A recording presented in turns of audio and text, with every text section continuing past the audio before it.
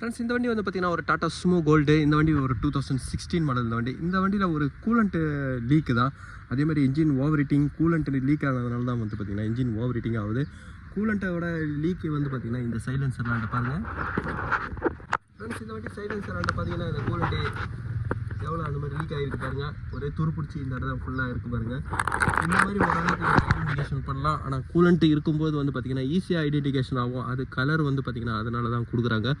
அந்த கலர் அந்த சைலன்ஸில் ஹீட்டில் படும்போது ஈஸியாக உங்களுக்கு ஐடென்டிஃபிகேஷனுக்காக தான் தராங்க. இப்போ இதில் வந்து பார்த்திங்கன்னா எப்படி கூலண்ட்டை வந்து கரெக்டாக மெயின்டைன் பண்ணல. ஏன்னா ஒரு ரேடியேட்டர்லாம் எவ்வளோ டஸ்ட் ஆகிட்டு இருக்கு பாருங்கள். கூலண்ட்டை நீங்கள் ஊற்றும்போது அதோட பர்ஃபார்மன்ஸு அதோடைய யூஸ் வந்து பார்த்திங்கன்னா இந்த மாதிரி ரஸ்ட் ஆகாமல் இருக்கும்.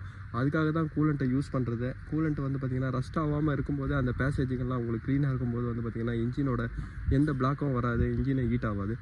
இப்போ எந்த இடத்துல லீக்குன்னு நான் இதில் செக் பண்ணுறேன். இப்போ நான் தண்ணி ஃபில் பண்ணிட்டேன். இப்போ பாருங்கள் எங்கே லீக்குன்னு.